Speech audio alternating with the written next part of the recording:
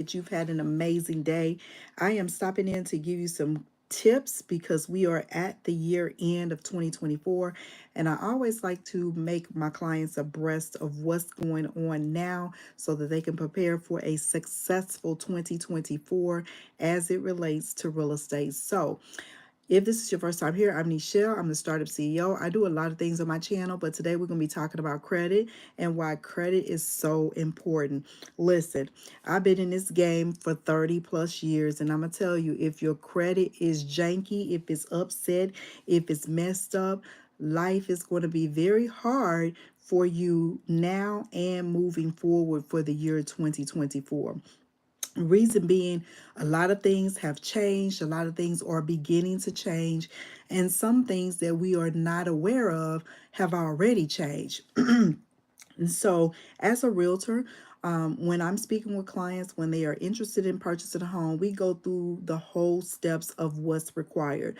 A lot of times people have it confused. They end up looking for a house before they've been approved, and that is literally the backwards way to do it. The correct way to do it, literally, is to first make sure your credit is established and that it's on point. A lot of times people will tell you they don't know what's on their credit. You know if you ain't been paying your bills, because if you haven't, then your credit is not where it needs to be. So I do want to give you some insight on what's going on and the things that you need to be prepared for 2025. The first and foremost thing is that a lot of times people will think that their credit has to be that they can only use so much on their credit, and that is true. There is a 30% utilization rule, but it's just a guideline. It's not necessarily a rule. As long as I always like to say, keep it below at least 30%, because if you start going up to 50%, the more credit you use, especially depending on what your limit is going to lessen your credit score. So say for instance you have a bill and it is $500. The best thing to do is to keep that bill below 30% of the $500, not half, which is 250. Try to keep it as lower than 250 as possible, somewhere around about 175, $200. You want to try to keep your credit score low and that utilization low as well. And so it's a rule for 30%. It's not a law.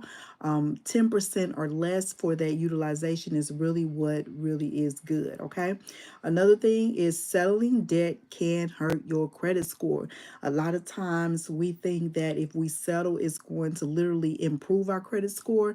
And what I've seen people as a realtor and helping them to get established as a home buyer, when they settle debt, it tends to hurt their credit score more so than it does help.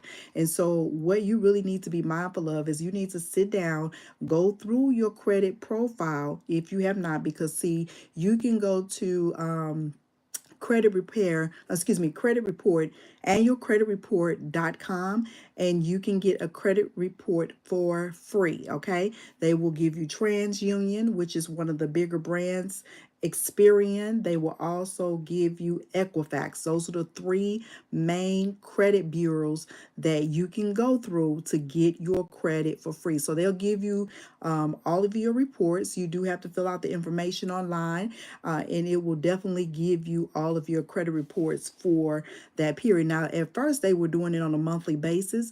I don't know if they're still doing it monthly, but it is worth a try if you have not gotten your credit report for the year of 2024. I suggest to every client, always be mindful of what your credit is. Try to do the reports on try to do them quarterly if you can, because a lot of things can change on your credit within a matter of 30 days. A lot of times car dealerships, they don't report for about 30 to 90 days, to 90 days. And so sometimes you don't know, even if you've been late on a car payment, it might not show up for about 3 months later or so.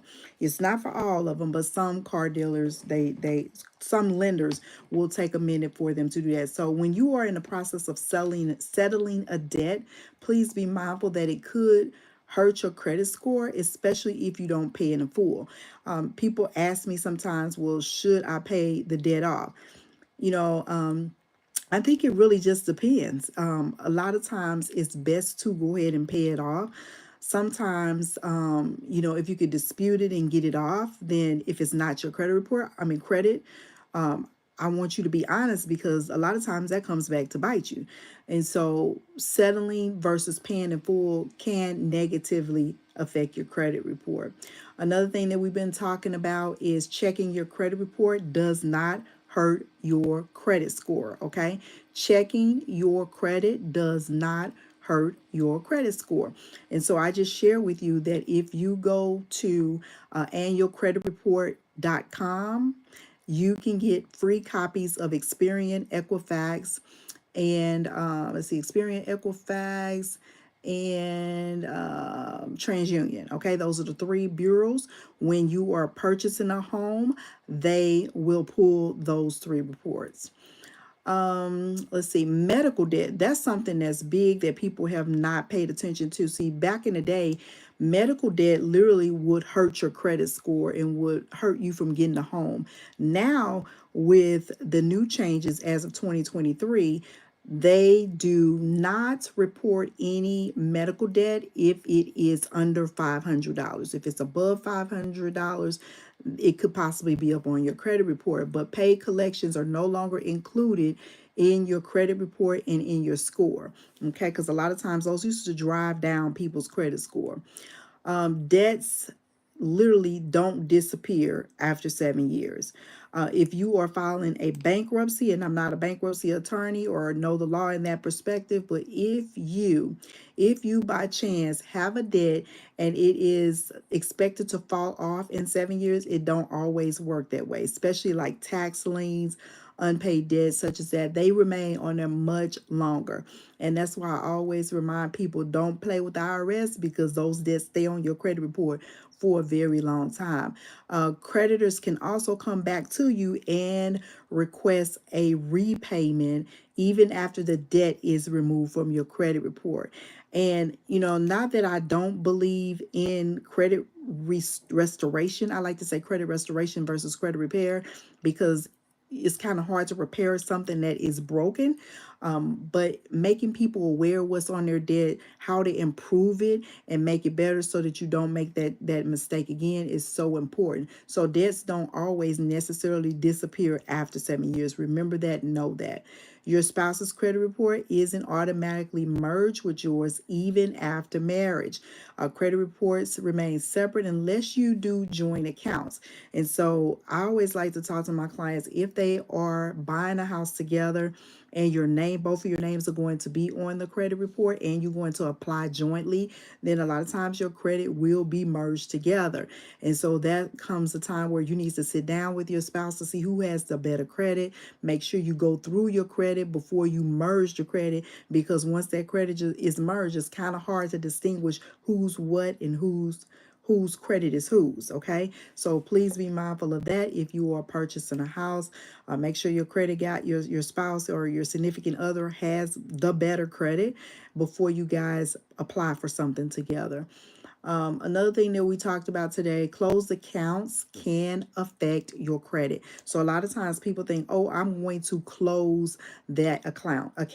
And if you close that account, it could be an account that you had excellent credit history on, that you had on your credit report for quite some time. And if your credit report has lesser amount of credit on there and you go close one, that can lower your credit score. So closing old accounts can shorten your credit history, which might lower your score. And it often happens when you leave old accounts open. So I always say, kind of play it safe and keep older accounts open, especially if they are good standing accounts.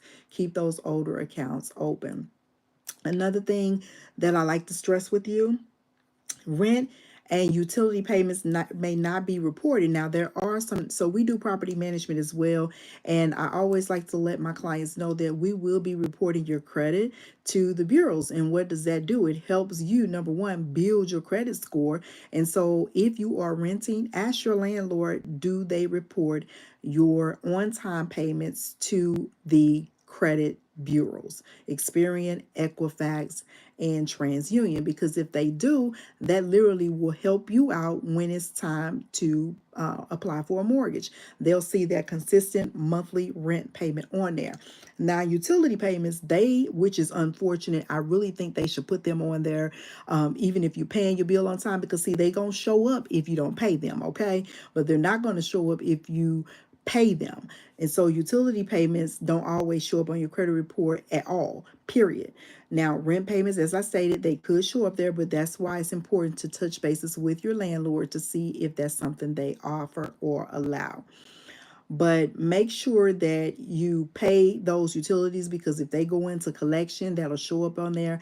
And we all know that collections literally will lower your score.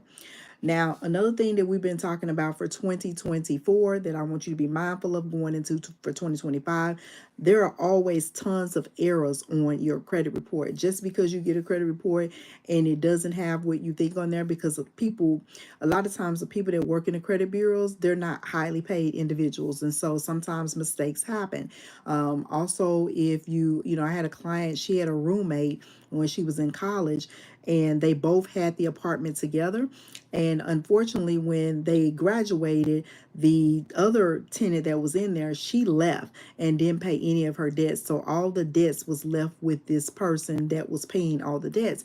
And when it came time to get them a house, it never showed up until they got approved or until they decided to buy a house.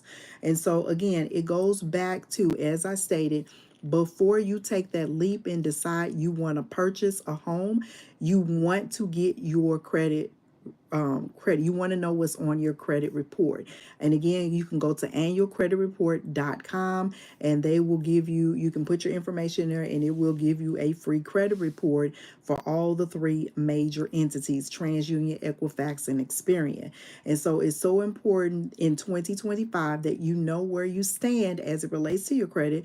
Otherwise, you can be spinning your wheels, because believe me, with this new administration that is now in place, for 2024, it's going to be harder for the average person to get a home. It's going to be harder for you to, make sure that those things are in place with your credit. And, I've been on both sides of the spectrum. I've been on the spectrum of having great credit, 800 credit scores, and I've been on the recipient end of having horrible credit.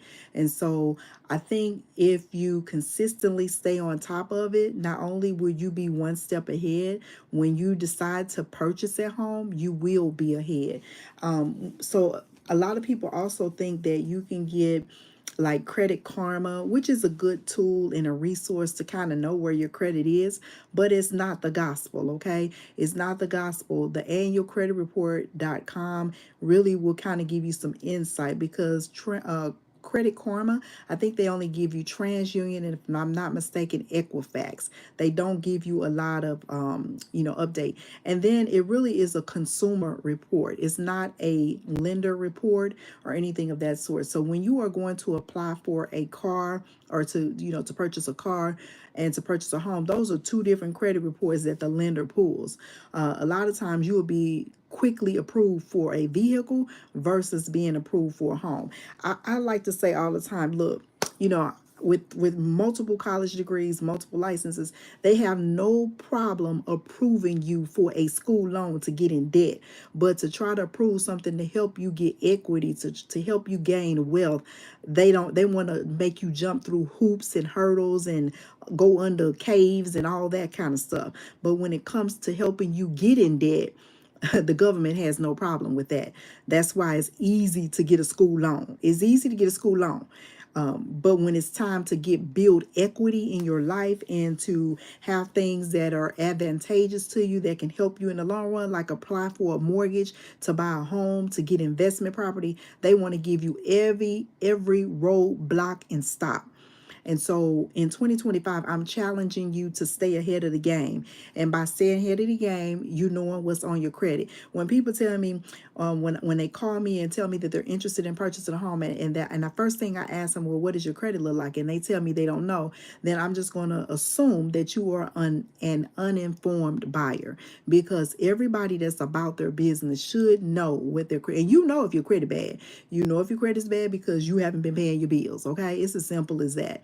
And you should know what your credit scores are. Again, the three main bureaus when you are purchasing a home, they always go with the middle score, and that middle score will determine whether or not you are approved for a home. So there are different types of loans that you can get, but typically, at one time I think it was 580, it may be 620, but it teeters around between 580 and 620 as far as the middle score with purchasing a home. So these are my tips for you today as it relates to trying to make sure that you get your credit together for 2025 so that you can be prepared for what is in place and what we will see in the future. If you got any questions or if you have any additional comments as it relates to what I've said to you, please leave them in the comments below. And I thank you so much for being here. If you are not a part of my space, go ahead and like this video, share it with someone that needs some updated tips that they may not be aware of as it relates to their credit, people that are interested in buying a home in 2025. I am licensed to do business real estate in the state of Missouri as well as the state of Georgia. So if you are in any of those states, we're getting licensed in Illinois and in Texas right now. But if you are in Missouri or Missouri and Georgia, and you're interested in purchasing a home, go ahead and send me a message, and then we can get you taken care of, whether you're, in the process of thinking about purchasing a home, or, you're going to probably purchase it next year in 2025. So again, thanks for being here. Don't forget to like, comment, and subscribe. Blessings and peace. Make it a great day. I'm just getting over a cold, y'all. Okay. So take care. Talk to you later. Thanks. Bye.